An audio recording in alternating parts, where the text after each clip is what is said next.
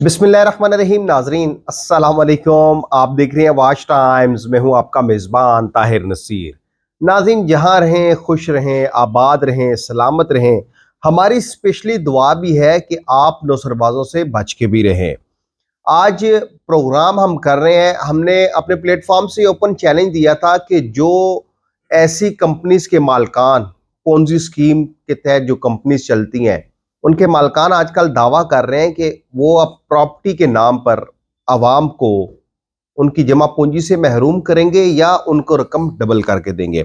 हमने आवाज भी लगाई लेकिन किसी ने चैलेंज एक्सेप्ट नहीं किया। आदम अमीन चौधरी जो आल पाकिस्तान प्रोजेक्ट्स के मालिक है, उन्होंने हमारी टीम से रब्ता किया और कहा जी मैं अपना मौकफ देना चाहता हूँ, क्योंकि आपको मालूम है कि जो गुज़िश्ता इस्लामाबाद हाई कोर्ट में समाअत हुई उस पर मोअज़्ज़िज़ जस्टिस साहिबान ने भरमी का भी इजहार किया। भरमी का इजहार किस पे किया ये मैं आगे चल के आपको बताऊंगा। लेकिन एक बात जो बज़ाहिर लगती है कि जिस तरह सैफुर रहमान खान न्याजी स्क्रीन से गायब हो चुके हैं, अब आदम अमीन चौधरी भी एक प्रोजेक्ट का लालच दे रहे हैं कि वो एक बहुत बड़ा एम्पायर खड़ा करने लगे हैं। वो एम्पायर कहाँ पे खड़ा होगा? क्या वाकई ही कोई फिजिकली उनके पास जगह है, वो उस जगह के मालिक हैं, या उनका वहां पे कोई एमओयू साइन हुआ या कोई पार्टनरशिप है? ये सारी बातें आदम अमीन चौधरी जिन्होंने हमारे से रब्ता किया उनसे जानेंगे। बहुत शुक्रिया आदम अमीन चौधरी साहब कि आपने अपना मौकफ देने के लिए हामी भरी। हम तो ओपन चैलेंज दे रहे हैं तमाम जो कंपनीज हैं उनको कि आए आप हमें बताएं कि आपके कौन से फिजिकल प्रोजेक्ट हैं। माजी में जिस तरह आप दावा करते थे कि आपके पास 5,000 कनाल लैंड है, 50,000 कनाल लैंड है, नैना कैफे है, फिर आप तो ये भी दावा करते थे कि जुल्फी बुखारी आपके पार्टनर भी हैं। लेकिन बेसिकली आज जो आपसे मेरा पहला क्वेश्चन है कि लास्ट हेयरिंग में अदालत ने भी भरमी का इजहार किया, वजूहात क्या है? आप जिस तरह दावा करते हैं कि तमाम जितने भी आपके खिलाफ कंप्लेनेंट हैं आप उनको पैसे देंगे, लेकिन इसके बावजूद जो दरखास्त गुजार है वो अदालत की राह देख रहे हैं, नैब की राह देख रहे हैं, इसकी वजूहात क्या है? अस्सलाम वालेकुम। पहले तो बहुत शुक्रिया तैर भाई, आपने मुझे कॉल पे लिया और मेरा मौका सुनने का मौका दिया ताकि जितने भी बहन भाई हैं वो हमारा जो हमारी तरफ से मौक़िफ़ है वो भी सुने। देखिए, मैं आपको पता है अल्हम्दुलिल्लाह से पहले दिन भी कहा था, जब मेरे पे ये मतलब हमारी कंपनी पे ये केस बना था, तब भी कहा था कि हम फेस करने वाले लोग हैं, हम हर चीज़ को फेस करते हैं और प्रॉपर तरीके से चलते हैं, कानून के मुताबिक चलते हैं। कुछ गलतियाँ कोताहियाँ हुई जिनको इंशाल्लाह हम एक्यूरेट करने के लिए, करेक्ट करने के लिए हर वो कोशिश कर रहे हैं जो ज़रूरी है। रही बात, देखिए हमारे जितने भी बहन भाई हैं, मैं आपके प्लेटफॉर्म के थ्रू फिर एक बार उनको यही कहूँगा कि आपकी जो अमानत हमारे पास है, जो आपका हक बनता है, वो इंशाल्लाह आपको डिलीवर डेफिनेटली होगा। There is no doubt about it. मतलब इस बार आप अगर कोर्ट में मौजूद थे तो आपने शायद देखा भी होगा कि जब जज साहब ने मुझसे पूछा कि क्या आप एफिडेविट देने के लिए तैयार हैं, अंडरटेकिंग कि आप इन लोगों को पे करेंगे, तो मैंने कहा ऑफ कोर्स सर, क्यों नहीं दूंगा, ऑफ कोर्स वो मेरी नीयत है। मैंने कहा आप जिस दिन सर खोलेंगे उस दिन दे दें। देखिए, जो टोटल अमाउंट है ना ताहिर भाई, वो अभी तक जितने कंप्लेनेंट्स हैं वो 26 है रेफरेंस में, ठीक है। हमने जब मैं बाहर आया तो मैंने उसको कह दिया था कि इट डजेंट मैटर कि वो हमारे साथ हैं लोग या नहीं हैं, हम हर किसी का हक अदा करना चाहते हैं। 26 लोग हैं जो रेफरेंस में हैं, उनकी टोटल रकम बनती है 1,60,00,000, जस्ट अबाउट दैट, मतलब उसके आसपास का फिगर बनता है। लेकिन फिर भी हमने 7 करोड़ रुपया एज श्योरिटी जमा कराया, वो भी कैश में। मतलब हमारा प्रॉपर पे ऑर्डर पे हुआ, जमा हुआ, जिसके थ्रू मतलब हमारी बात उसके बेल हुई और हम बाहर आए। तब से हम इसी कोशिश में लगे हैं कि इंशाल्लाह जल्द से जल्द एसेस ओपन हो और लोगों को उनका हक अदा किया जाए। नहीं, आप देखें, बात यह है जिस तरह इमरान खान इक़्तिदार में आया था तो उसने तब्दीली का नारा लगाया था। आदम अमीन चौधरी अब जेल यात्रा करके बाहर आ रहा और वो भी दावा कर रहा है कि मैं लोगों को वापस लुटाऊंगा। कब वापस लुटाऊंगा? जब इमरान खान इक़्तिदार, बेसिकली सियासी टच इस वजह से दे रहा हूं क्योंकि आपका ताल्लुक भी एक सियासी घराने से है और स्पेशली पीटीआई से एफिलिएशन है आपकी, क्योंकि आप मुस्लिम कॉन्फ्रेंस में थे, फिर आपने भी जिस तरह देखा चढ़ते सूरज के पुजारी आप भी हो गए हैं। इमरान खान ने कहा था जी कि जितना भी, बल्कि मुराद सईद ने कहा था कि हम इतने अरब डॉलर उनके मुंह पे मारेंगे। तो क्या आदम अमीन चौधरी जो 7 करोड़ श्योरिटी बॉन्ड है या जो आपके एसेट्स जो है वो फ्रीज हुए हैं, क्या वो भी आप जो दरखास्त गुजार है उनके मुंह पे मारेंगे या उनको बुलाएंगे? जरा फखर जमान की मैं बात करूं, अब फखर जमान वो शख्सियत है कि जिसने केपी में बहुत ज्यादा जो जितने भी कमीशन एजेंट है उनको अपने साथ लगाया हुआ है। वो दावा करता है कि आदम अमीन चौधरी उनका नादहिंदा है करोड़ों रुपए का। अब आप बताएं, अवाम भी सुनना चाहती है कि क्या फखर जमान वाकई सारे पैसे ले चुका, प्रॉफिट ले चुका, क्या वजह? आप फखर जमान का सामना क्यों नहीं करना चाह रहे? आपके दिल में चोर है या फखर जमान के दिल में चोर है? देखिए, मैं तर भाई सबसे पहले बात करूंगा, पहले पिछले क्वेश्चन में भी एक चीज़ रह गई थी कि जुल्फी बुखारी साहब मेरे पार्टनर, मैंने ऐसी बात कोई नहीं कही। बहुत सारे एजेंट्स होते हैं जो बात करते हैं इस चीज़ के बारे में, गलत इन्फॉर्मेशन देते हैं या कुछ गलत इन्फॉर्मेशन चली गई है। मैं सिर्फ इतना कहना चाहूँगा कि जो बात रही 5000 कनाल की, ऐसी कोई बात नहीं। हमने जो अब्दुल्ला सिटी दिखाया था वो है, जितनी भी ऐसे सामने दिखाई वो है। नैनाज कैफ़े जो है उसमें ओपनिंग पे लोग आए, वो गीगा मॉल में मौजूद था, लेकिन जब मैं ओवीसी अरेस्ट हुआ उसके बाद उसको मैनेज करने के लिए कोई भी लोग नहीं थे। और ओवीसी काफ़ी सारी में बहुत सारी चीज़ें हैं जिनका जिक्र नहीं करना चाहूँगा। यही कहूँगा कि मतलब इसलिए नहीं कि वो कोई मुझे नुकसान है, ऐसा नहीं। मैं चाहता हूँ बस जो गुजर गया वो गुजर गया, एज लॉन्ग हम आगे एक पे देखें ताकि लोगों को डिलीवर करें। रही बात लोगों को डिलीवर करने की, पहले भी कहा था जिस दिन अकाउंट्स खुलेंगे हमने हर बहन भाई को दावत दी है। इंशाल्लाह मुख्तलिफ शहरों में ऑफिसेज भी ओपन होंगे। इधर इस्लामाबाद में मैं खुद बैठूंगा, मैंने ऑलरेडी टूर भी अनाउंस किया है कि मैं खुद फिजिकली खुद जाऊंगा, डिफरेंट एरियाज़ में भी जाऊंगा, लोगों से मिलूंगा। देखें, रही बात फ़खर ज़मान की, तो सिंपल सी बात है, मैं उनसे नहीं डरता हूँ या किसी से भी नहीं डरता हूँ, सिवाय अल्लाह के मैं किसी से नहीं डरता हूँ। मेरा हमेशा से एक चीज़ पे मान रहा है कि जो मेरा रिस्क है, जो मेरी ज़िंदगी है, वो हर चीज़ अल्लाह के हाथ में, उसके अलावा किसी के हाथ में नहीं। रही बात इनकी, तो देखिए इन्होंने प्रॉफिट नहीं, सिर्फ बोनसेस माशाल्लाह बहुत सारे जनरेट अर्न किए। इनकी अपनी इन्वेस्टमेंट कुछ है, कुछ मतलब चंद 1 लाख है अपनी जो इन्वेस्टमेंट है। इनके भाई भी हैं, इनकी सब की मिला के उससे बहुत ज़्यादा गाड़ियों की मद में, बोनसेस की, सैलरीज की, रिवॉर्ड्स की, इवन की हद तक कि उनकी टीम्स तक को इन्होंने रिवॉर्ड्स नहीं डिलीवर किए। आपको इतना कहना चाहूँगा कि उनकी अपनी फैमिली के लोग मेरे साथ इन टच है अल्हम्दुलिल्लाह। और आपको मैं आपके इस प्लेटफॉर्म के थ्रू कहना हूँ कि मैं खुलेआम चैलेंज देता हूँ, वो आके बैठ जाए, मैं मेरे सामने बैठ जाए। ये नहीं कि मैं उससे छुप रहा हूँ, वो मेरे से छुप रहा है। उसमें इतनी हिम्मत नहीं है कि वो बैठ के मेरे साथ इस तरह लाइव बैठ के कहीं बात करे। मैं डॉक्यूमेंट्स पे बात करने वाला बंदा हूँ, मैं कानून के मुताबिक अल्हम्दुलिल्लाह हर चीज़ करने वाला बंदा हूँ। नहीं, आदम अमीन चौधरी साहब, कानून के मुताबिक आप क्या बात करेंगे? अगर आप इतने ही कानून पसंद शहरी होते तो पास्ट में जो आपने काम किया, जो इलीगल एक्टिविटीज आपने की, तो क्या आप उस वक्त कानून से नाबल थे, या अब आप आके मासूम बन रहे हैं ताकि आप मजीद अवाम को? आपने फिर दावा किया जी मैं एम्पायर खड़ा करूंगा। मलिक रियाज ने भी बड़े दावे किए थे एम्पायर खड़े करने के, लेकिन उसने सच साबित किया। आप अब कह रहे हैं कि मैं कानून की पासदारी करूंगा, तो हम क्या समझें कि माजी का आदम अमीन चौधरी मासूम था, या अब आदम अमीन चौधरी मासूम है, या इन फ्यूचर आदम अमीन चौधरी मासूम दोबारा बनेगा? नहीं, मैं सिर्फ इतनी बात क्लियर करूंगा। देखें, तब मैं लंदन से आया, जो मेरे लीगल एडवाइजर थे, मैंने पहले भी कहा, उन्होंने हमें गलत गाइड किया। और मैंने ये आज नहीं, मैं कोर्ट में भी कह चुका हूँ, मैंने इवन राइटिंग में भी दिया है। जिस इदारे के साथ मीन अरेस्टेड था, उनको भी मैंने बताया कि सर देखो, हमने इवन 5 करोड़ रुपए की पैसे उनके अकाउंट में ट्रांसफर किए हुए थे for a very long time, कि यार आप इसको मुजारबत के लाइसेंस करो। देखिए, जब हमने कंपनी स्टार्ट की उन्होंने हमें बताया, इवन उन्होंने वीडियो तक बनाई हमारे साथ। आपके पास शायद रिकॉर्ड में भी वीडियो पड़ी होगी, आप इसके साथ उसका अटैच कर सकते हैं। उन्होंने बाकायदा वीडियो बना के बोला था कि ये कानून के मुताबिक बिजनेस है। फिर उन्होंने मुझे कुछ वकीलों के पास और बिठाया। देखिए, लेट्स से जो मैंने कहा गुजर गया वो गुजर गया, लेकिन अल्हम्दुलिल्लाह अब का मासूम नहीं, अब का अल्हम्दुलिल्लाह जो आदम अमीन है वो पूरा हर चीज़ को देख के चलने वाला। मैं अब किसी पे सिर्फ ट्रस्ट नहीं करता हूँ, मैं हर चीज़ को खुद देखता हूँ। जो भी चीज़ें हैं, हम जो भी प्लेटफॉर्म जो क्रिएट किए हैं वो रियल एस्टेट प्लेटफॉर्म है। हाँ, ये कोई ऐसी चीज़ नहीं, देखें जो हमने अभी प्लेटफॉर्म स्टार्ट किया है ये कोई नई चीज़ नहीं है।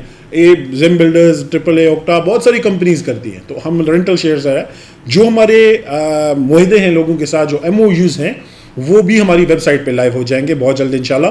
वो बेसिकली सिर्फ कुछ चीज़ों का वेट था, जो अटेस्टेशन वगैरह का था, तो वो जैसे ही अटेस्टेशन वगैरह लाइव होती है वो मैं प्रॉपर शेयर करूंगा। इसमें कोई दूसरी बात नहीं है कि कोई एक इलीगल बिजनेस इंशाल्लाह कभी भी नहीं होगा। ये हमारी तरफ से वादा है हमारी आवाम को।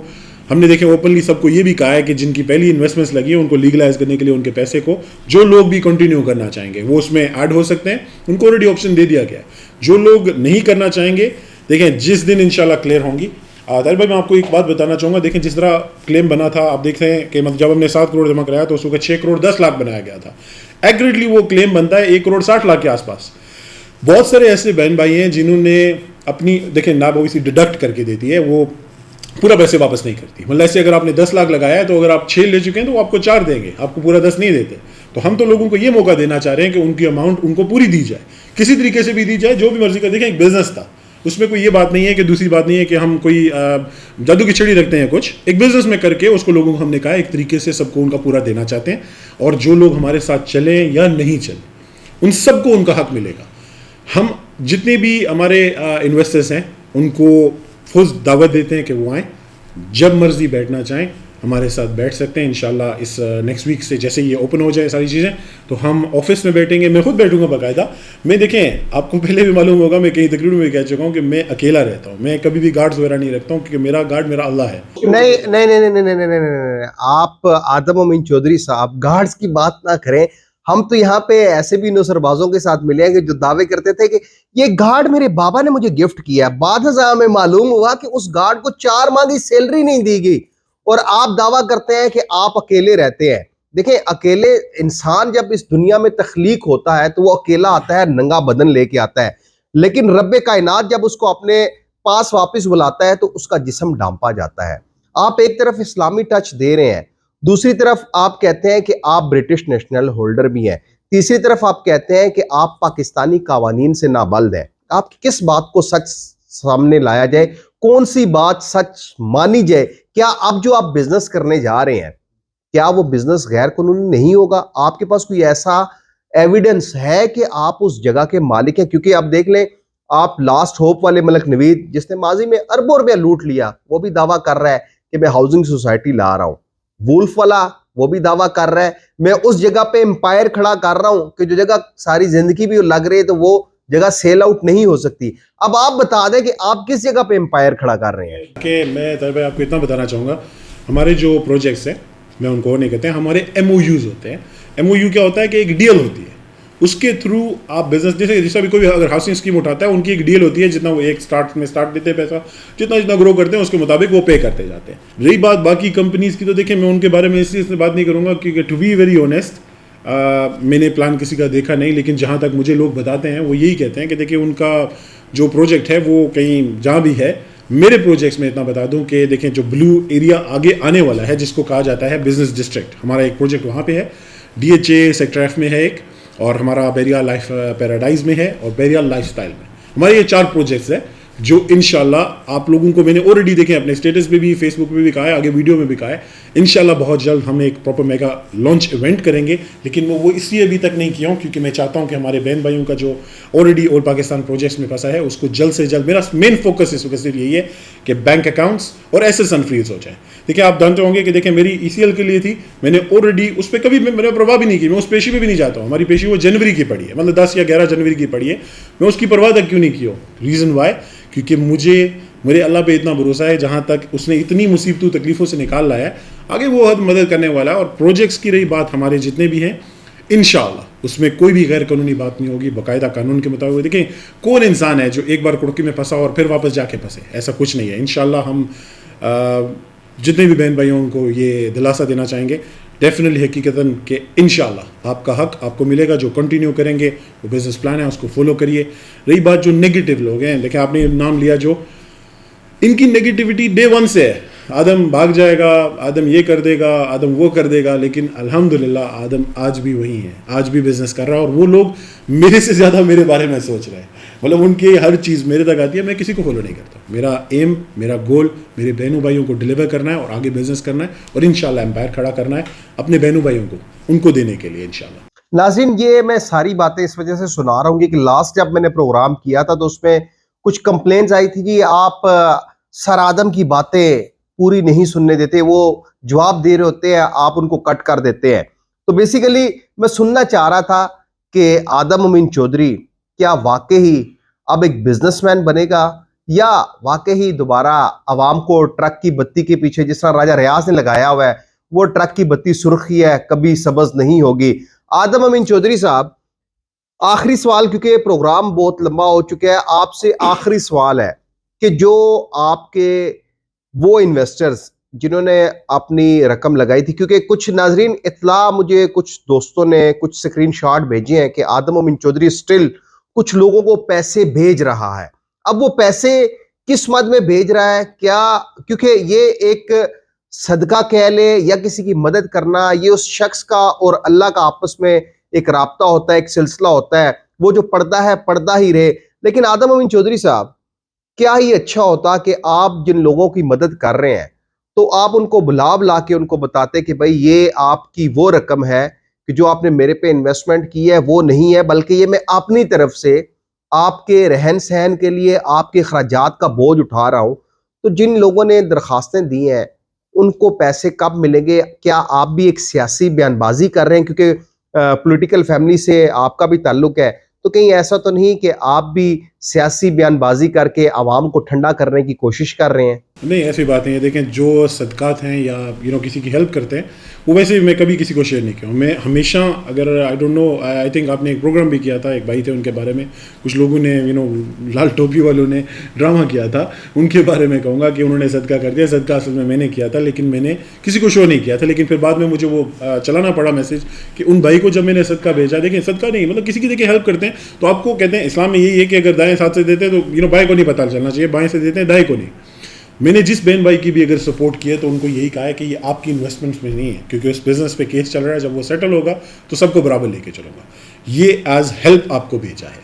रही बात जितने भी कोई सियासी बयान नहीं है, ऑन रिकॉर्ड कह रहा हूँ, इंशाल्लाह हर किसी को उनका हक, जिस दिन बैंक अकाउंट्स इंशाल्लाह फ्रीज होंगे, ऑर्डर हो जाएं, ओपन हो जाएं, ओबियसली देखें जिस दिन इंशाल्लाह अगर अल्लाह करे 14 तारीख को हमारी ऑर्डर्स हो जाते हैं, 2-4 दिन लगेंगे या 5 दिन लग सकते हैं ऑर्डर्स होने में, मतलब निकालने में।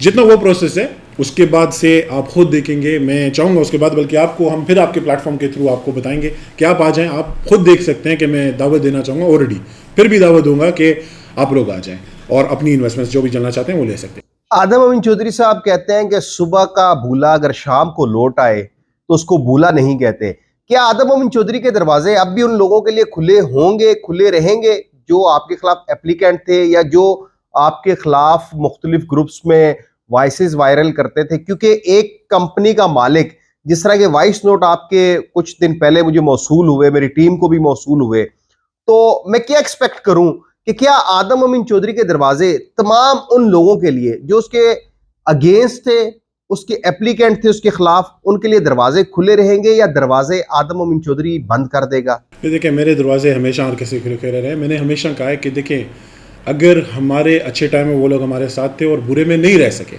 तो वो किसी वजह से होंगे।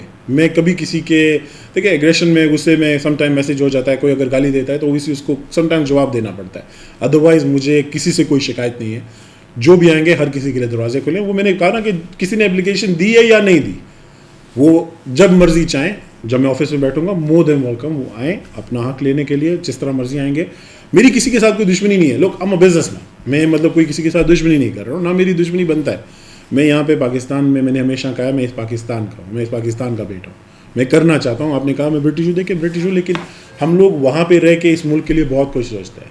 तो आगे भी इंशाल्लाह आपको साबित होगा। आपने जैसे कहा ना सुबह का भूला, तो अल्हम्दुलिल्लाह अल्लाह ताला ने बहुत सारी चीज़ों में गाइड किया है। आप भी देखेंगे, जितने भी बहन भाई हैं वो देखेंगे, इंशाल्लाह वी विल मेक श्योर कि हम अपनी कंपनी को one of the biggest and better company, best company बनाएं पाकिस्तान की। इंशाल्लाह हमारी पूरी कोशिश रहेगी। बहुत शुक्रिया आदम अमीन चौधरी साहब। आदम अमीन चौधरी ने आखिर में एक बात की है कि मैं पाकिस्तानी हूँ, मुझे पाकिस्तानी होने पे फ़ख्र भी है। अल्हम्दुलिल्लाह मुझे तो फ़ख्र है, क्योंकि मैं अक्सर अपने दोस्तों को ये महावरतन बात कहता हूँ कि पाकिस्तान में, पंजाबी में एक कहावत है कि जिथे फसो बावे कायदे आज़म दसो ते तुहाडे सारे काम होवे सन।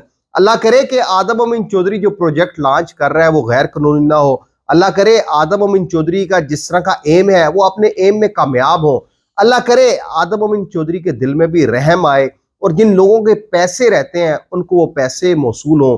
कई बच्चियां ऐसी हैं, कई बेवा ऐसी हैं जो हमारे से रब्ता करती हैं कि हमने इन्वेस्टमेंट की थी।